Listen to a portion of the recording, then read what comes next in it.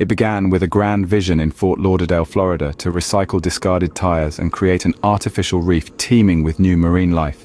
It quickly spiraled into a giant environmental nightmare when over 2 million tires were carelessly dumped into the ocean.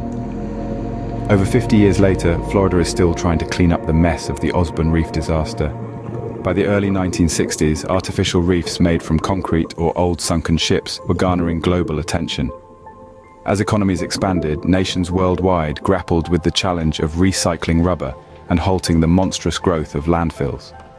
In the 1970s, the concept of the Osborne tire reef crystallized, presenting itself as a potential remedy to the escalating landfill crisis. Environmentalists and entrepreneurs envisioned this rubber artificial reef as a haven for marine life in need of a home. Numerous nations had already embarked on experiments resorting to dumping vast quantities of tires into the ocean, but Florida seemed to have a better idea. The ambitious vision for the Osborne Reef aimed to lay the foundation for revitalized coral growth, while simultaneously tackling the mounting challenge of tire waste disposal. Bolstered by substantial government funding, the project embarked on its journey in 1972. The meticulous planning behind the endeavor was evident from the outset, but the project was doomed to fail in ways that now seem obvious. The first portions of the reef were supplemented with a donation of 1 million used tires from Goodyear. In a ceremonial gesture, a gold-colored tire was dropped into the ocean from their iconic blimp.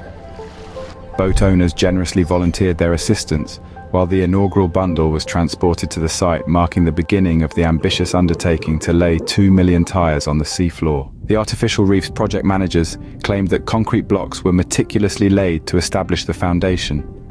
Tire bundles would be securely fastened to the ocean floor in formations that were to emulate the intricate structures of the surrounding natural coral reefs. With over 2 million tires resting on the sea bottom, the Osborne Tire Reef began to emerge. A diverse array of sea life started to colonize the structure as it appeared on its way to becoming a thriving marine sanctuary.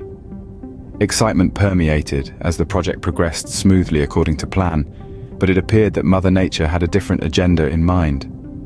As the 1980s dawned, the grim truth behind the ill-fated project began to surface. While some tires were meticulously bound together before their submersion, others were haphazardly discarded. To compound the issue, government officials permitted the random dumping of unsecured tires without due consideration for the potential harm to the natural environment. There was a total disregard for the possibility of oil and other toxins contained within the tires being released into the delicate marine ecosystem. As time passed, the steel cables and chains rusted away, liberating the tire bundles from their foundation. The region's frequent tropical storms and hurricanes only served to exacerbate the already dire situation, compounding the ecological toll wrought by the ill-fated Osborne Tire Reef. Collisions with the nearby natural reefs inflicted damage upon coral formations and drove away vital fish populations and other marine life. 2 million tires, once neatly bound together, now drifted freely in the ocean. The once artificially created reef began to wreak havoc along the entire southern coast of the United States. The Osborne disaster, a project designed to benefit the environment, ended up causing unimaginable damage. In its wake, the cleanup efforts were enormous and are ongoing. In 2001, the Faculty of Ocean Studies at a local university took the initiative to organize a cleanup operation at the site.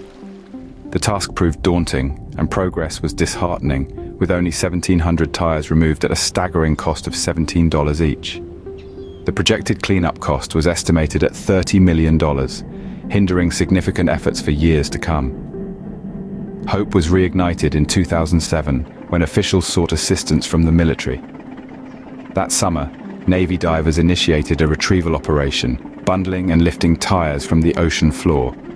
These tires were then transported to a recycling facility in Georgia, where they were repurposed into tire-derived fuel for a paper mill.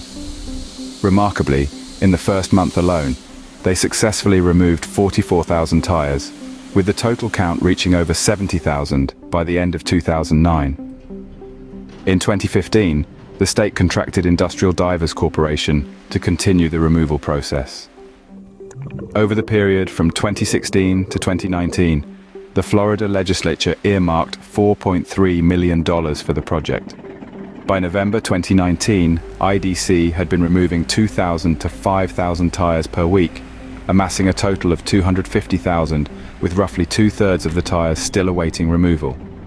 Recently, in 2021, 4Ocean, a public benefit corporation, or PBC, which is a for-profit company that has a legally binding commitment to social or environmental missions, unveiled its initiative to retrieve more Osborne Reef tires from a 34-acre or 14-hectare area situated north of the original drop site.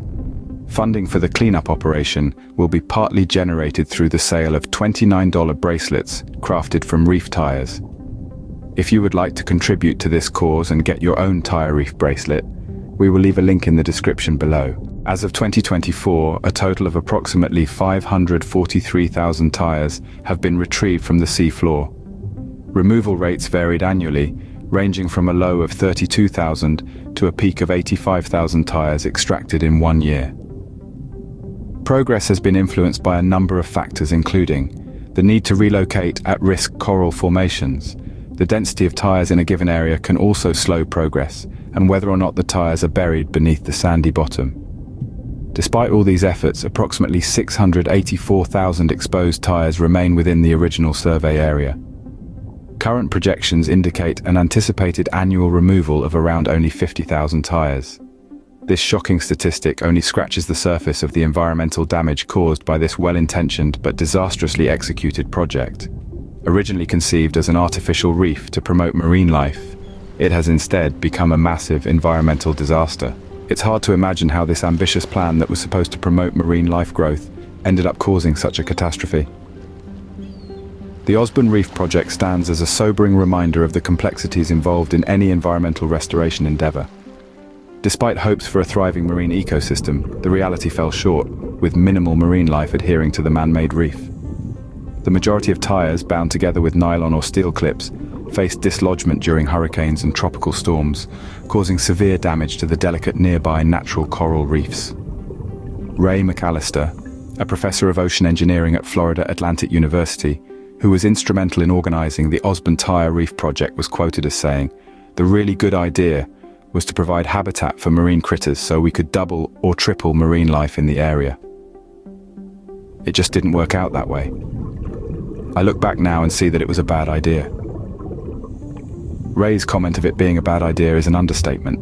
This chain of events highlights the delicate balance within our ecosystems and the catastrophic consequences that can occur when things don't go as expected. The Osborne Reef serves as a stark reminder of how good intentions can lead to disastrous outcomes when not thoroughly researched and executed. We hope you found this video informative. Please hit that like button and subscribe to our channel for more insightful travel content. Don't forget to join us again as we delve into more compelling topics. And remember to always stay curious.